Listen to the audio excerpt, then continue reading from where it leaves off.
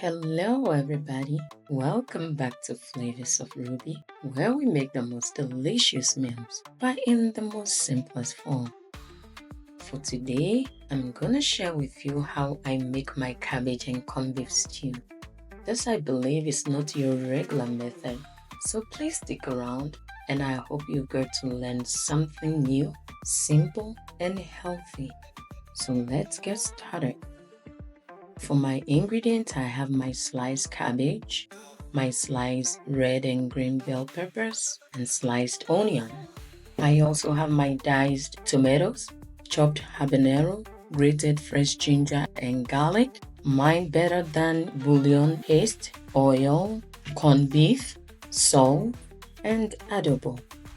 The first step was to pour a little bit of oil into my pan. To that, I added my sliced cabbage, give it a couple of stir, then in goes my sliced peppers and sliced onion. I then went ahead to give it a good mix, allowing it to cook for a minute or two before I added the rest of my vegetable, not forgetting to mix everything up, and I covered it to cook for about 7 minutes. At this point, as you can see, the veggies has reduced in size and it has released some juices. At this point, I added my adobo seasoning and a tablespoon of my better than vegetable bouillon seasoning, making sure to mix it well so it will completely incorporate. After mixing everything thoroughly, I went ahead to taste for seasoning and it was on point. I then went in with my corned beef, making sure to break the chunks into smaller pieces to help with quick mix. Once that is achieved, my sauce is ready.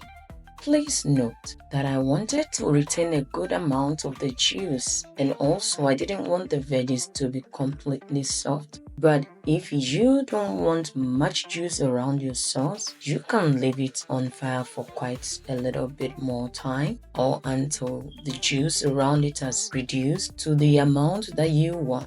If you also want less crunchy veggie, you might as well leave it on fire for longer.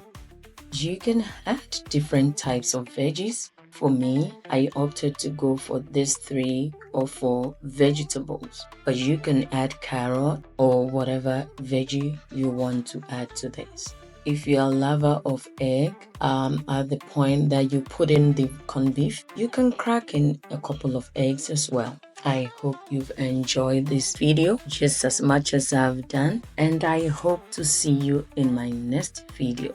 But until that, please like my video, comment, share, and subscribe.